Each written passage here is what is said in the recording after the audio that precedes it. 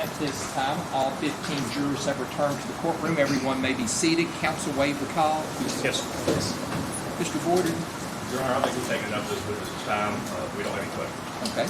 Any redirects? Just briefly, Your Honor. Sure. Heather? Yeah. I just want to cover a couple of things. Back on that second interview, I talked to you about it. They weren't nice to you, right? No. And you had called and asked to come back in. Yes. And why did you call to come back and ask to come back in? Because I had more information. Okay. Had the state police visited you or come by before you called or anything? No. Okay. And you said that was the only information you wanted to tell them is that Joey had tried to find out where he was on July 3rd. Is that the only reason why you come back in? No, there was more information also. What was that information? That they had helped move the body. Help move the body? Now, Kentucky State Police is not here right now, correct? Not that I know of. Okay, you're in a pretty big room, right? Okay. And you know you're under oath, is that correct? Yes. And what we're here to is tell the truth, right? Correct. Okay, and that's all we want. So what is the truth? The truth is that I overheard them talking about moving a body at the Houck farm. Okay. Judge, I don't have any further questions this time. Any recross? Judge, I don't have any more questions at this time. Any recross?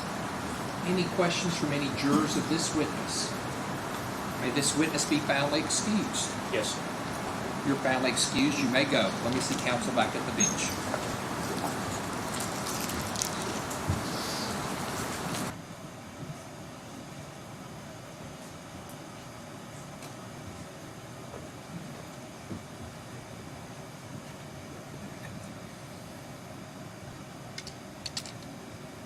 You had previously wanted to take up an admonition request. And I guess, what is your argument for the admonition? Judge, a statement of against interest is one of the most difficult hearsay exceptions for the moving party to overcome. It has to be, lack of a better term, it has to be corroborated. It has to certainly not just could be in penal interest. It has to actually involve their penal interest. So you have to look at who it's made to, when it's made, and the circumstances made. The court has to look at the reliability of that statement and look at the surrounding circumstances of that statement. And I'm not trying to be a smart aleck, but with all due respect, I mean, it's absurd to argue that any of this stuff is anything close to that level of reliability given the circumstances that came of how this was presented. You have a lady that's on meth when she says she hears it. You have a lady who's doing her laundry in the basement. She says she overhears this stuff. She says they said she misheard her. And that all comes out after, on the fifth interview, after the interrogation techniques that we just went through. I don't see how that could come in against Brooks Houck. She also said she was too high. She was so high she should have been driving home after that.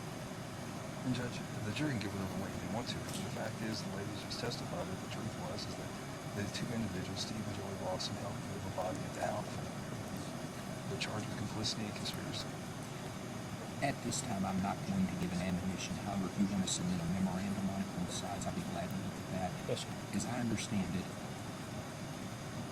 you don't give admonitions typically if it's non-testimonial in nature. This wasn't a police statement, or it wasn't she's claiming she overheard a conversation where people would not think that would be used against them. This is what I'm struggling with here. Right, and you're right. It is not a testimonial statement. It is not a confrontation clause statement because it was not made to the police. So what it is, we were in a joint trial. It is admissible against Joey Lawson because it is a statement by a party opponent. It is not a statement by a party opponent to Brooks Houck. It is a hearsay statement that is made to prove the truth of the matter asserted. And the statement is, I overheard Joey and Steve say they moved the body. To use that to incriminate Brooks Houck, because it's a hearsay statement, I mean, we have to forget that they're even here. You have to make a determination that that is a statement against penal interest with a substantial burden for them to climb to let that in. And because if you don't give an admonition and they use that, we're prejudiced, and that is part of the reason. I'm not going back through the reason we want it severed, but this is exactly the reason, because that statement in a trial by Brooks Houck, you're never letting that statement in against us. Again, if you all want to do me a memorandum, Yes, sir. I'll be glad to consider all of that. I mean, Yes, we sir. got- Yes, sir. We still got time to go on this one, thank goodness. So, Unfortunately, yes, sir. yeah, thank you. Commonwealth Ray Codd's next witness. Yes. Call Tim O'Daniel.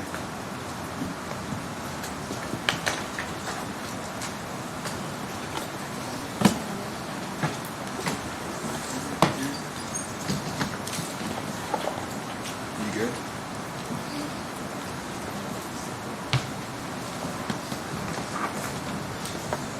You raise your right hand for me. Do you swear or affirm the testimony you're about to give will be the truth, the whole truth, and nothing but the truth? Yes, sir. Thank you. You have a seat right over there.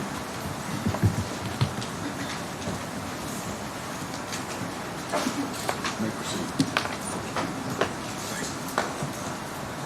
Detective, go ahead and state your name for the record, please. I'm Tim O'Daniel. Okay, and I think you're actually sergeant. Is that correct? No, I'm a detective. Okay. All right. You're working towards getting to work sergeant. Is that correct? Maybe. Yes, All sir. right. So, give me a little bit of background. Where do you live? I live in a county outside of Louisville. Okay. And give me a little bit about your work background. I began with the Louisville Metro Police Department in approximately 2010. I rode as a patrolman in the LMPD 1st Division, and then in approximately 2016, I went to the Homicide Unit, the Missing Persons Unit. From 2016 to 2021, I was in the Homicide Unit, and in 2021, I created the Digital Forensics Unit for the Louisville Metro Police Department. Okay. And do you have prior experience, like military experience? Yeah, I was in the Marines. All right. And did you work anywhere else before you started being a police officer? Just a handful of jobs here and there, like everyone in Louisville does, UPS and everything else. Okay. All right. So in 2000, was it 15 you went to homicide? 2016. 16. And you spent, I guess, 5 years there as a homicide detective? Yes, a little over 5 years. Okay. Did you have your own caseload? Yes, I did. Okay. And were you lead officers on homicide cases? Yes, I was. Okay. And during that time, did you begin dabbling in digital forensics? Yeah, I was investigating a shooting. During that time, homicide detectives also took not only murders, but non-fatal shootings. I was investigating a shooting, and we were able to use what are called call detail records. And I was able to use call detail records to find a van associated with a shooting. Okay. And have you belonged to any professional groups? Yeah, I'm part of the International Homicide Investigators Association, and I'm a former member of the Scientific Working Group on Digital Evidence. And that's Go ahead, sorry. it's a group of individuals from professors and experts in the field, defense experts and law enforcement experts from federal, state, and local agencies that come together and pretty much write best practices for digital evidence. Okay. And as part of your job, is it locating people and things? Yes. Okay. How much of your daily work is devoted to call detail records and location analysis? I look at these records every day. Okay. And is location analysis, is that part of your job? Yes, Okay. And is that something, how often do you do that? every day. Okay. Is this all you do? Yeah, so we do cellular analysis, or we look at call detail records, and essentially what it is the carriers, T-Mobile, Verizon, and AT&T, and Google. Everyone these days has a cell phone. The carriers and Google will, when your phone has activity on it, will make records of that information. And what we're able to do is look at those records and kind of, in a sense, kind of go back in a time machine and see where a general area of where a phone was during a specific time. Okay. And did you get asked to look at some records as it relates to Stephen Lawson? Yes. All right. And Brooks Houck Yes. and Nicholas Houck. Yes. All right. And as it related to, I want to talk about Steve Lawson first, okay? Okay. Did you prepare a report? Yes, I did. Okay. And do you have that with you? I did.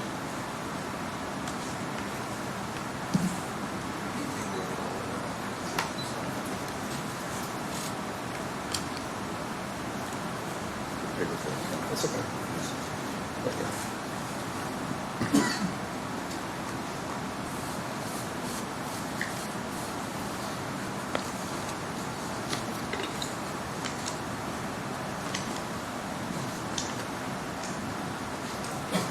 So is this all Steve? That's Steve. Okay. All right. And is this a report you prepared? Yes, it is. Okay. And how many times do you think you've testified in court as an expert? A little over, approximately 20. All right. And have you been recognized as an expert? Yes, I have. Okay. And have you received training as it relates to digital forensics analysis as it relates to location data?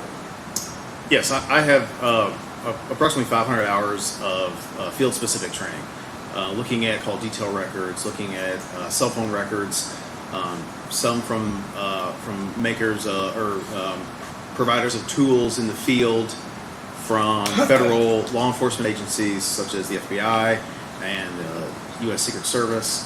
And then also, but more importantly, I've had training from the carriers, T-Mobile, AT&T, and Verizon. Yeah. So, Judge, at this time, we would ask that Detective Tim O'Daniel be recognized as an expert in relation to cell phone analysis and location data. Any objection? We agree. So stipulated. And did you prepare a report as it relates to Steve Lawson? Yes, I did. Okay, is this a fair and accurate copy of that report? Yes, it is. Okay, and it's on 46 or 45? 46. Judge, we would ask this time that the report be entered into evidence. Any objection to 40? Judge, I'm certain I don't have an I'm objection. sorry. Can I ask? This? No. No objection, sir. No, it should be. This, there were no changes to see. No objection. I'll show 46 is introduced. Yes. And I would like, if it's okay, to put it up, to publish it That'd be fine. via the TV. And if I could ask Detective O'Daniel to come down here and speak. Let him bring the microphone.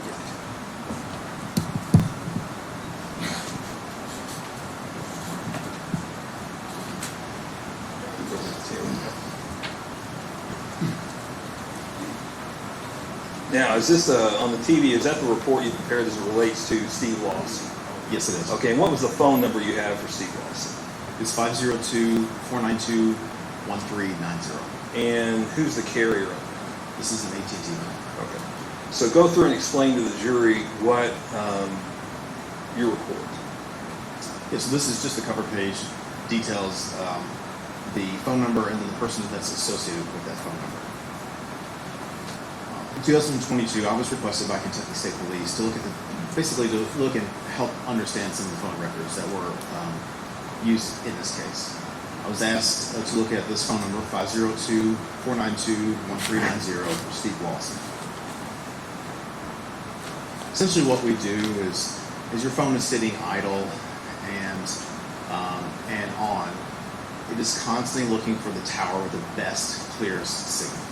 When you hit send or make a call or use data, surfing YouTube, playing iTunes music, your phone connects to the tower with the best, clearest signal. It's not necessarily always the closest tower, but let's say, for example, if you're sitting in this courtroom here, and then there's a giant concrete wall, and on the other side of that concrete wall is a cell tower about a half mile away. But on this side, there's nothing, and there's a cell tower about a mile away. Most likely, your phone is going to connect to the cell tower that's a little bit farther away. And is that because the phone's off the radio? Is that Yes. correct? And can they go through a wall? Yes, yeah. But it's just it has to fight for the concrete, for the rebar. Okay. And so what you're telling us is that it would likely, even though that tower was closer, because of the concrete wall, it would likely, there's a possibility it would connect to the tower further away. Yes, most likely. Okay. And do they have a preference for whether cell carriers own their own towers. Is that correct? Yeah, so if you're an AT&T subscriber or an AT&T customer, your phone is going to reach out to only AT&T towers. Okay. And what information, when you get these CDRs, you're talking about call detail records, right? Yes. Okay, when you get these call detail records, what kind of information are you looking at as it relates to location? Yeah, so this actually sounds available. So this is the way that we receive these records. A lot of times they come back in Excel format or PDF format. We're able to take the information. We take this information, and it's pretty simple. It's kind of like your phone bill, the date and time, and connection of a call information, and cell phone and subscriber information. So details about your customer number, or your subscriber number, and then your device's actual serial number. And then over here is where we get the actual cell location. And again, when your phone reaches out to that tower, the tower with the best, clearest signal, AT&T will log and maintain and generate that information. Law enforcement is able to go and retrieve that information. And again, it's similar to taking a time machine. So we're able to go back and find this cell tower with this GPS coordinate, or this latitude and longitude, and then see not only the cell tower, but the cell sector that was being served, or being utilized. So in order to optimize their network, cell companies will have a cell tower that provides 360 degrees of coverage. In each one of those, and typically they have 3 sectors, and each one of those sectors serves about 120 degrees. So if you're looking down at a cell tower, those big ugly things on the side of the highway, you'll see that this is, we'll call this the red sector, the blue sector, and end in the green sector. And if your device chooses this sector, we can say with some certainty that it's either around here, or using, at the very minimum, we're using that cell site there. Oops, sorry. Sectors, not only do they give us the sector that was being used, but the cell location, but the actual azimuth. So here's the azimuth on this sector here, and we would just map that. The way that we map that looks kind of like this. So if this is the cell site, this is the sector that is being utilized. This shaded area is only showing the sector that's in use during that time. It doesn't represent coverage area. What's the difference between the sector being used and the coverage area? Okay, so think of it as like a lighthouse. If you had a lighthouse if I can look back, this is a lighthouse, and there's lights shining on 3 different sectors, one here, one here, and one here. There's going to be some overlap in those lighthouses, in those lights. Think of it as like a beam of light. And if you're in a dark room and you turn that light on, the light is going to be strongest down the center of that beam, and then dissipate out just some. So you may have some light behind you, so there might be some light, a little bit of light behind the cell site, and just a little bit past the 120 degree mark, or the 60 degree mark there. Okay, so the sectors, or the V's that you see, go back to the one screen for me. There. Does that mean that if it's using this sector, that it has to be in here? No, so the way that the people in this field map this information is a cell site provides 360 degrees of coverage. Typically, there's 3 sectors. We divide 360 divided by 3, and it provides generally 120 degrees of coverage. So that's what this wedge shape is for. Radio frequency doesn't stop at one point and then pick up at another point. There's going to be a little bit of bleed over off to the side, and then a little bit to the rear. Okay. Or if there's a large building, it's going to refract and then come back, or take a different path. Now, do these CDRs, or call detail records, that you looked at, do they actually pinpoint the location of a phone? No, with this type of data, these call detail records, we'll never be able to say that a phone is at a specific point ever. Does it just give you a general area? Yes. Okay. And go on ahead and go through what you located as it relates to Steve Lawson. Okay, so what we do is we take that information that we received from AT&T, and then we looked at the cell towers that existed in the area of Bardstown in June of 2015. The reason I say June is every so often AT&T will come out with new list of every cell tower that they own. So being able to take those records and go to the list, we're able to find where that cell tower is. And all these blue dots here are AT&T cell sites or cell towers that existed in June of 2015. Okay, on that map, can you point out where Bardstown is? Okay, so Bardstown's right in the middle, and really what we're talking about here, not these cell sites here. The report deals mainly with these cell sites up here. Okay, and I believe, correct me if I'm wrong, this is the Bluegrass Parkway here? Yes, it is. Okay, and this would be Boston Road or 62 here? Yes. Is that correct? Okay, continue on. So from left to right, this is the actual analysis part of my report.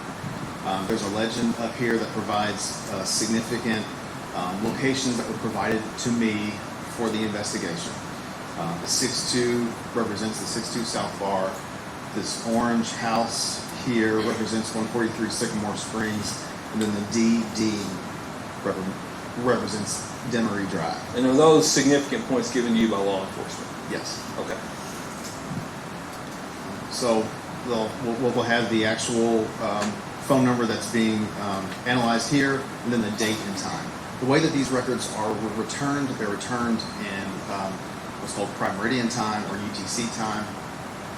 And essentially, we're able to take that information and then subtract, depending on the time of year, the hours. So the conversion has already been done, so at 11:06 p.m. Eastern Time, Steve Lawson's cell phone was using this cell site. He received an incoming call from 270-312-8088, and this is the general area of where his phone is. And the 312-8088, whose number is that associated with? I believe his girlfriend, wife. If you don't know, that's okay.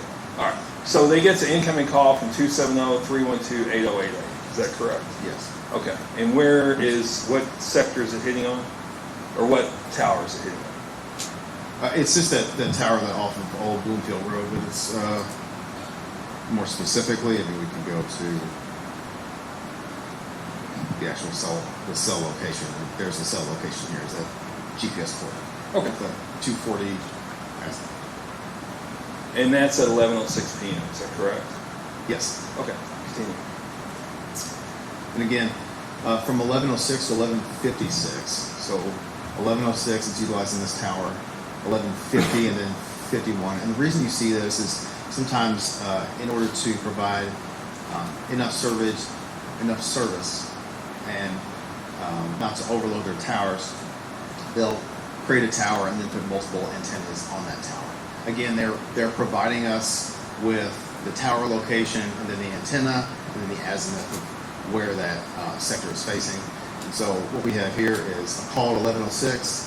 I'm sorry, data usage at 11:06, 11:50, 11:51, and then 11:53 and 11:56 here. And I know you said the difference between a call and data usage. Do they all, I think you covered this, they all trigger hitting a tower, is that correct? Yes. And that's recorded? Yes. Okay. This is just the raw data, or the data that we received from AT&T. So on July 3rd, 2015, from 11:50 p.m. to 11:53, again, 11:50, that outgoing call to that 1-800 number, and again, to the same number, an outgoing call at 11:53.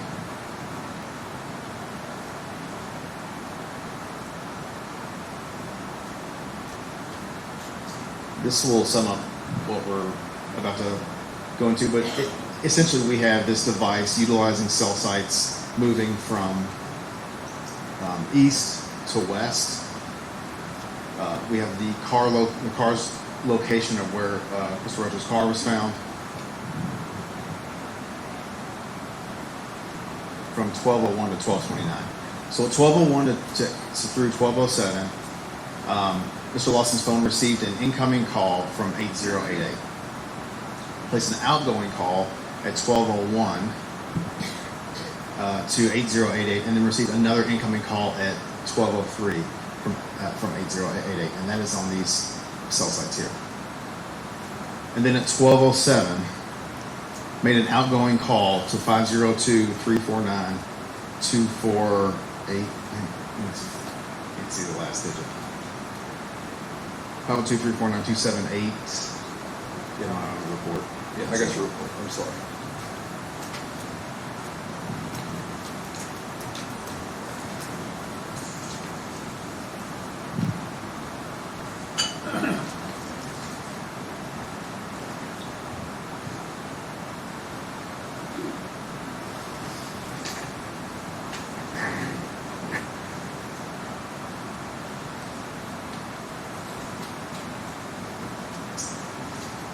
It's an outgoing call at 12:07 a.m. This is 12:07 a.m. on July 4th to 502-349-2789.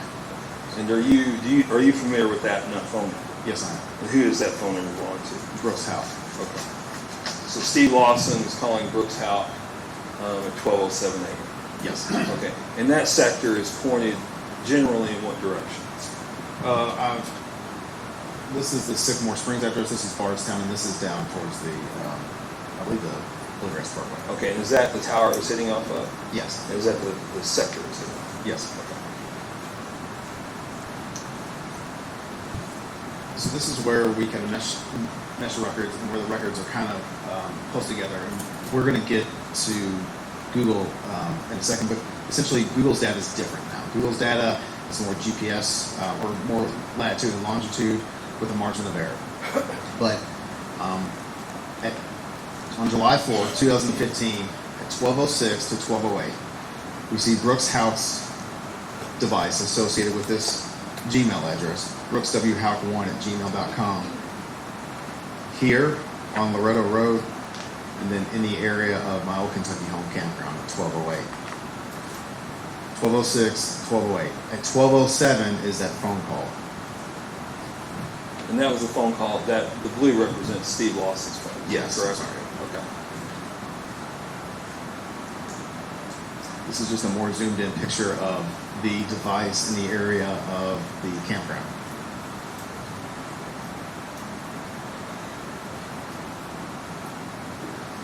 And then from 12:18, you see Steve Lawson's cell phone using this cell tower here, right off in the area of the Bluegrass Parkway and 31B. Now, I want to talk to you about that. This is simply following a phone, is that correct? A phone's connection to a tower, yes. Okay. So somebody, if they left their phone somewhere and they drove somewhere, the phone would still stay at the plate. It wouldn't follow them because it's following the phone is what I'm getting at. Yes, we aren't tracking the person, we're tracking the device associated with the person. Okay. From 12:18 to 12:25, this phone is using, here we were just looking at the 12:18 data session, more data sessions down here, 12:24, 12:25, 23 seconds, and then 12:25 and 41 seconds.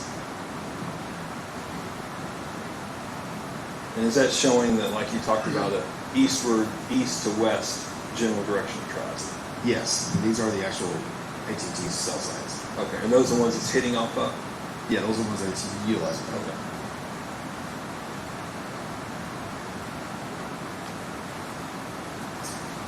So, let me get into this. We'll go forward, I'm coming back.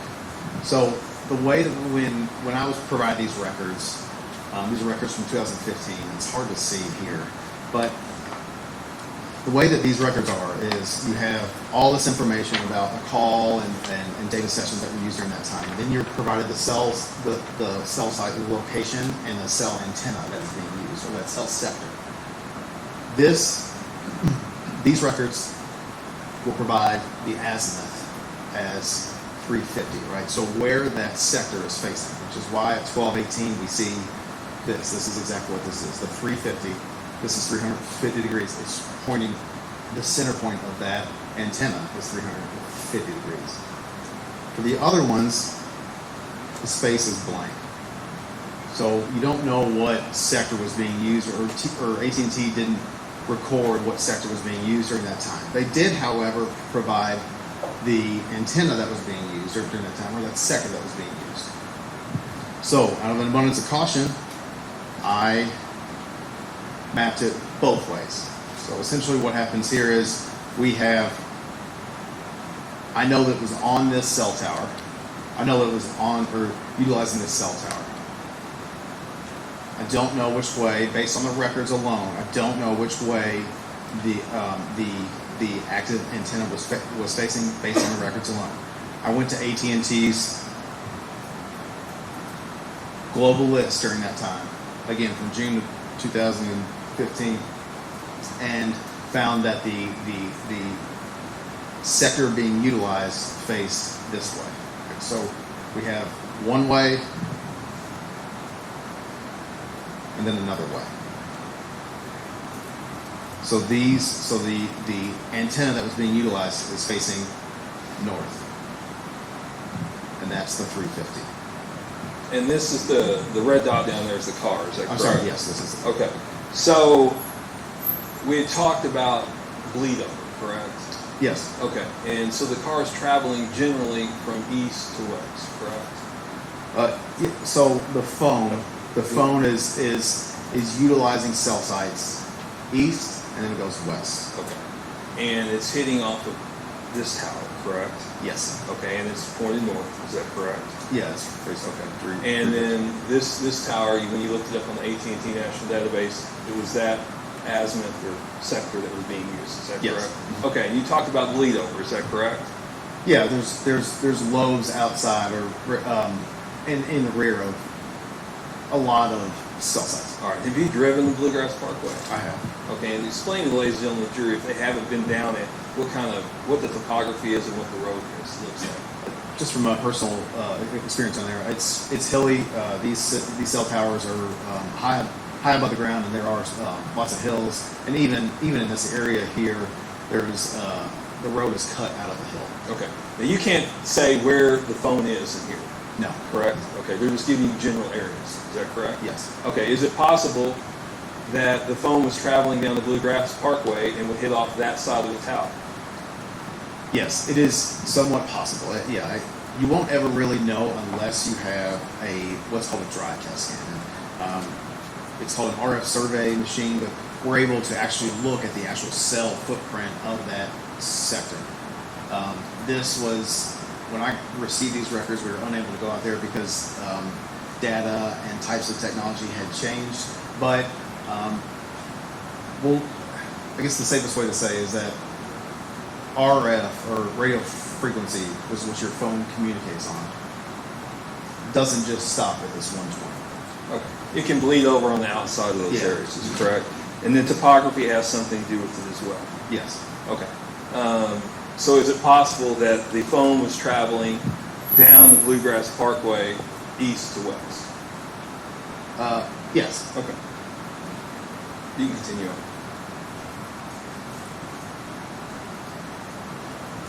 And again, from 1230 to 1245, using those cell towers west to east now. Okay, I want to talk, can you go back to that real quick? Okay, the cell tower on the far right at the intersection of 31W and the Bluegrass Parkway, could you tell me which way that is pointed? It's pointed, I guess, west. Okay, and where in relation to this cell tower here, 62 is up here, is that correct? Yes. Okay. So 1225.41, 1229.45, 1230.33, 1230.40, 1231, 1231. So from 1225 to 1231, here, and then here. So it's going back to Bardstown, the phone is. Yeah, it's going towards the direction. Yes. Okay. And again, Same kind of explanation, since it's just utilizing these cell towers here, and then utilizing that same, I went to AT&T's list and got this data again. 1232 using that satellite, or I'm sorry, that cell tower there, and received an incoming call at 1243 from 8088.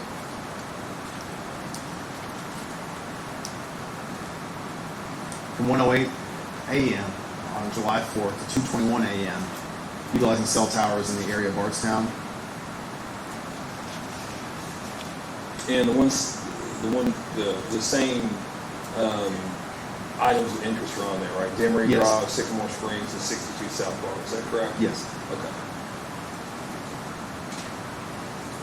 From 3:12 a.m. to 5:24 a.m. on July 4th, we see the cell phone using cell towers north of Bardstown. So at 3:12, 3:24, and then 5:24 in the area of Thompson Hill Road. So that phone, Steve Lawson's phone, traveled from 3 in the morning to 5:24 in the morning to north to the area of Cox's Creek. Is that correct? Yes.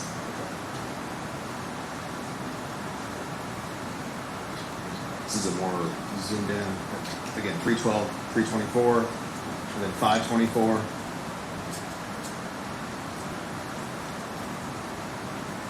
And then 5:24, this is at 5:24 data session, and then 6:46 and 6:24 back in the area of Bardstown.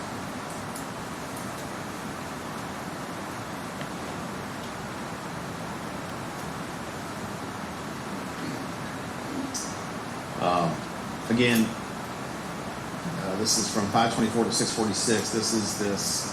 We see that circle, so it's just using that cell tower there. I looked it up in the national list, and that's where that cell tower faces at 6:24.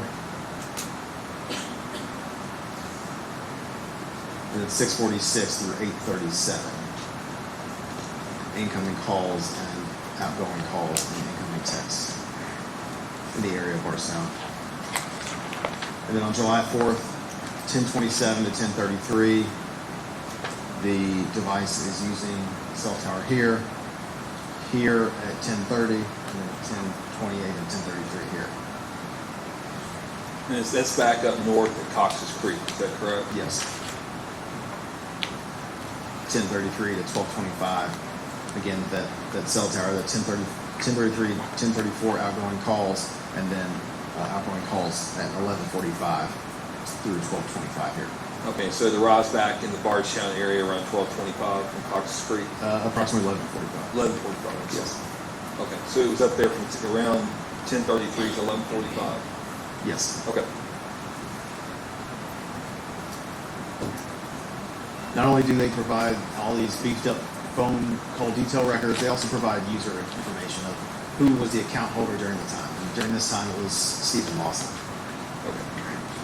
And does that complete your cell phone analysis for Stephen Lawson? Yes.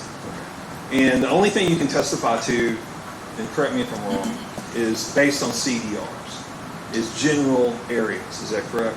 Yes. Yeah. You can't say somebody's on one road or the other road. Is that correct? Okay. All right. Come on back. Sorry.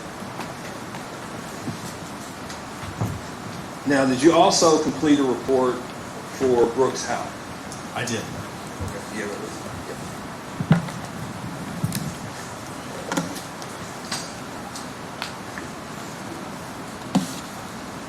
All right. Is this your actual report? Yes, it is.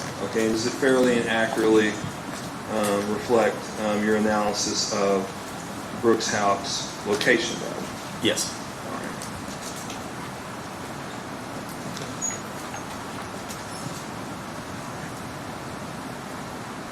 You want to flip through it?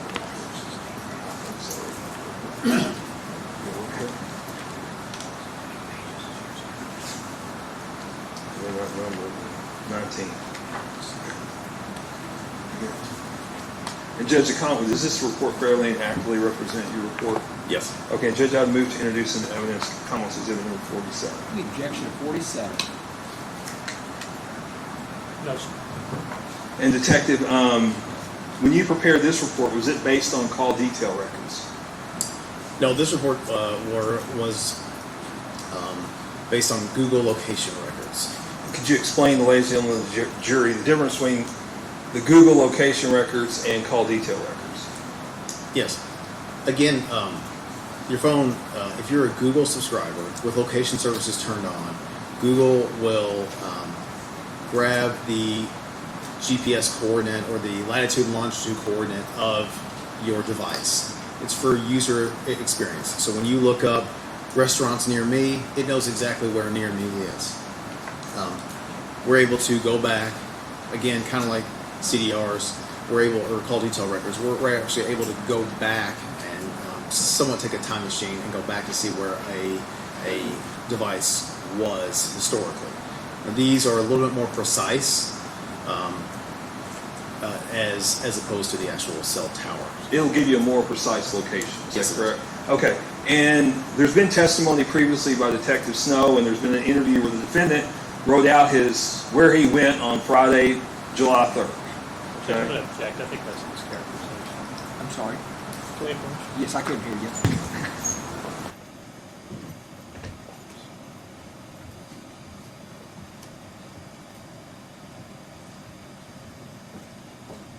Sorry, I couldn't hear you. I object. I think that's a mischaracterization. I think he can say where he was on July 3rd, but that's not our position that he's giving his details on July 3rd. That's Shane's. That's argument. So That's I would. That's what was on the tape. No.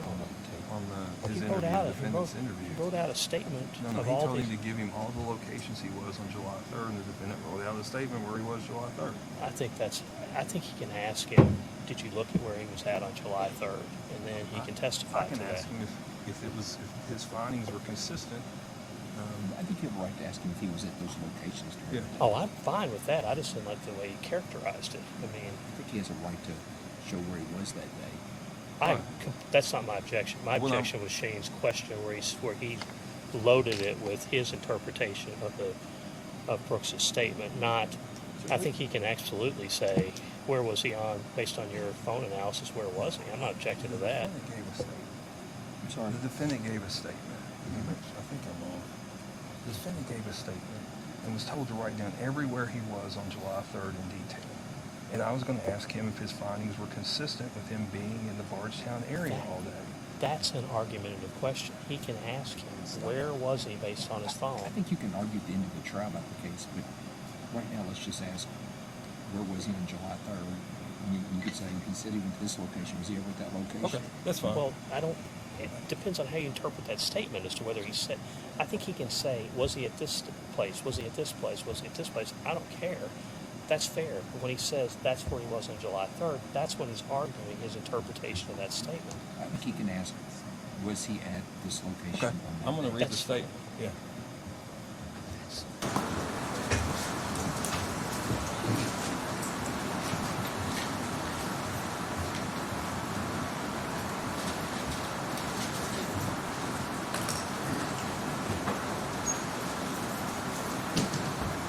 Okay. I gotta turn this down. Let's go through your report. Did you prepare this report? Yes. Okay. And is it available on digital so we can typically publish it to the jury? It's 47. It's been Yes, sir. introduced. Yes, you may. You want to come down to me?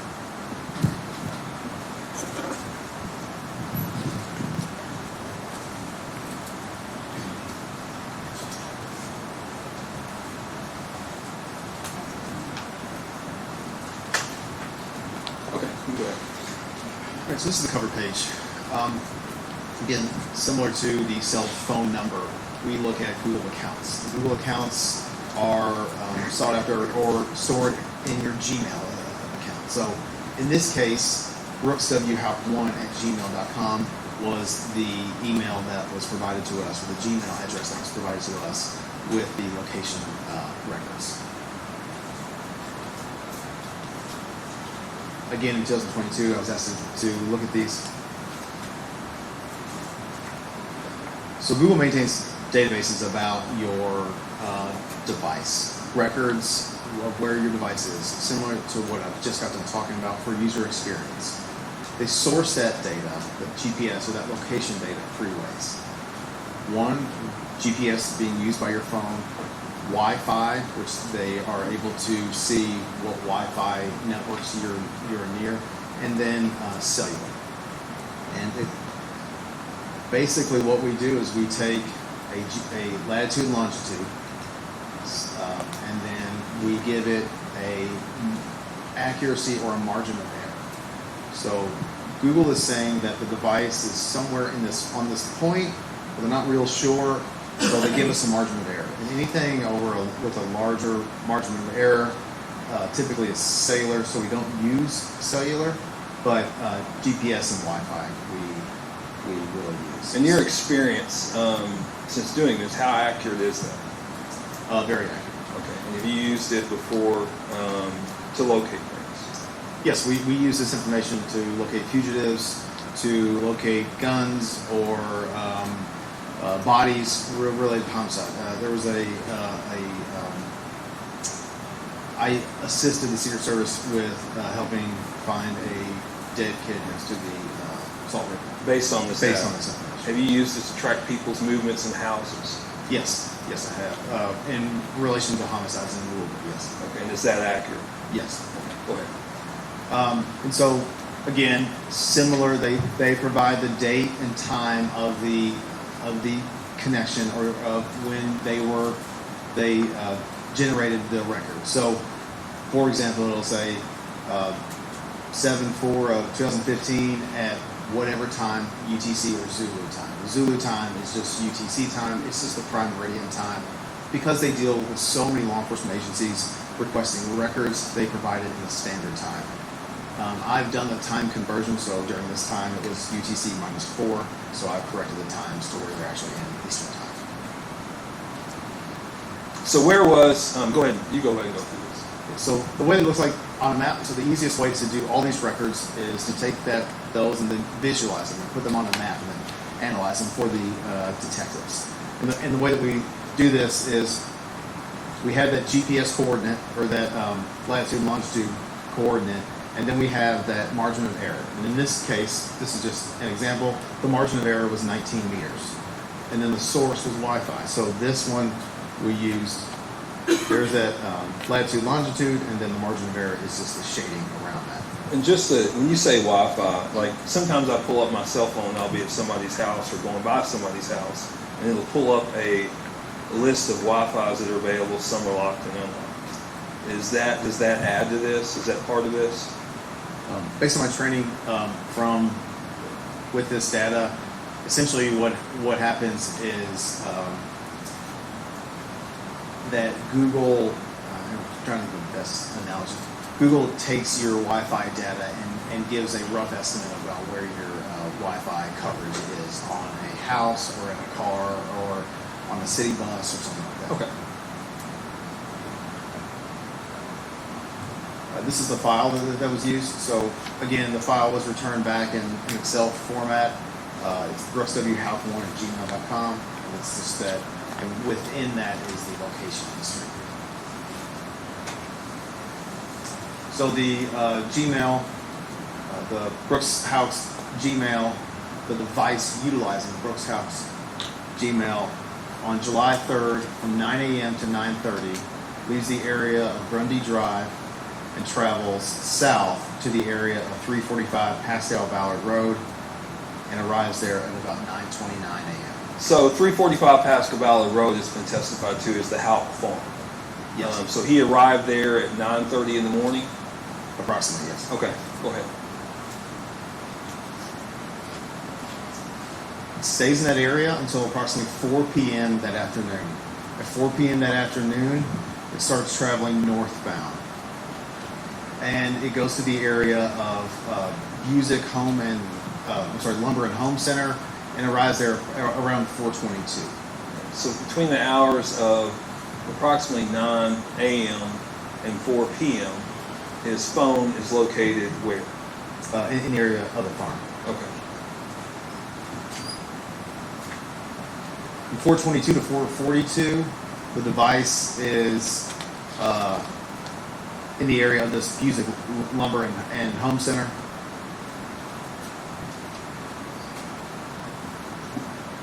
And then 443 to 705, this is a long time span, but essentially it leaves the area of Busick Lumber and then travels down 62 to the area of Glenview Drive. It stays on Glenview Drive until approximately 7:05 p.m. Did the device ever leave the Glenview Drive area between approximately 4:43 and 7:05 p.m.? No. Okay. At 7:05 on July 3rd, it's 7:05 to 7:24. The device leaves the area of Glenview Drive and heads towards, arrives in the area of 345 Pascal Ballard Road. And these are those cell hits with those massive margins of error, but there are other points within that to show travel.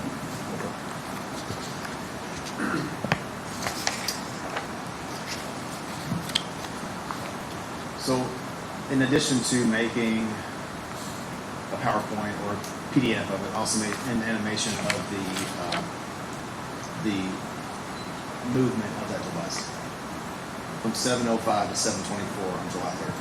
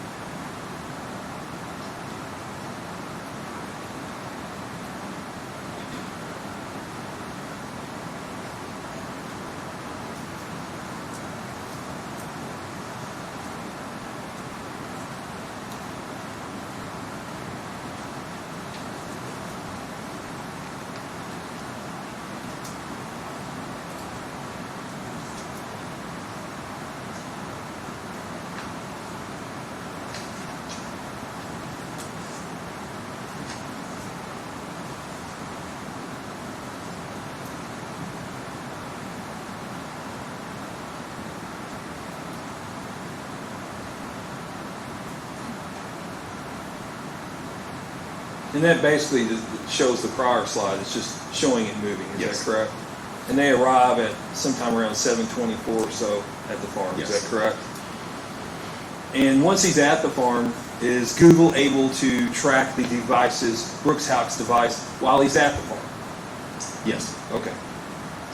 So from 7:24 to 11:57, the device is in these areas here. So you have this large margin of error here and this little smaller margin of error here. But essentially, we can say that it's in the general area of the farm. And do you have a slide that depicts the different locations on Yes. the farm it was?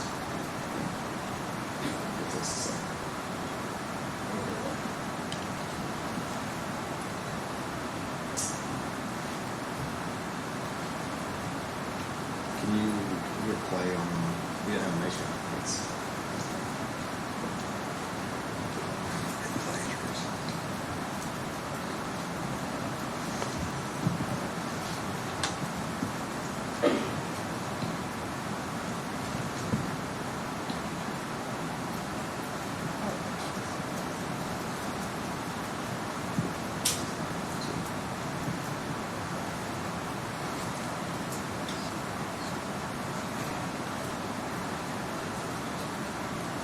Church, can you approach for a second? can you stop? Can you just pause? I haven't seen the animation stuff. Oh, it's, well, because you got the paper copy, but it's just the, he stays at the farm. I haven't seen any of that. Can we take a break and let us take a look at it before they play and see if we have an objection to it? I've seen Tim's actual report, but I haven't seen any of his animation. We'll get close to lunch anyhow. That's fine. I think y'all can do It's that only here. 10 minutes, so. Why don't we just go ahead and take a lunch break, and that way That's y'all fine. can, I'll give you an opportunity to look at What, it. that takes 10 minutes, or you got 10 more? It's that's 9 minutes. Oh, yeah, I definitely want to see it before we do that. It is probably a good time to take a break. Yes, sir. That's fine. It is only involved for celebration day.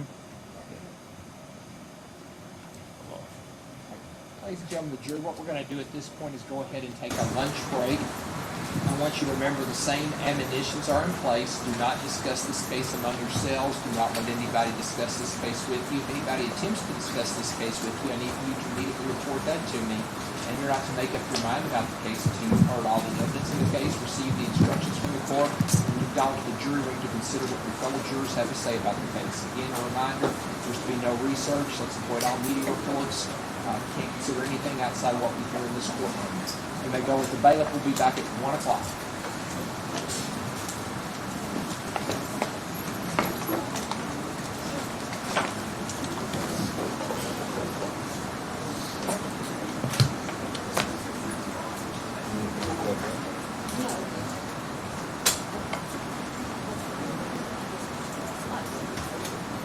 Court's in recess till 1. Tell me, Mr. Butler, Mr. Young, after y'all had a chance to look at that, if I need to, after y'all had a chance to look at it, if there's any issues, just text me and we can start back at 10 to 1 or something. Okay.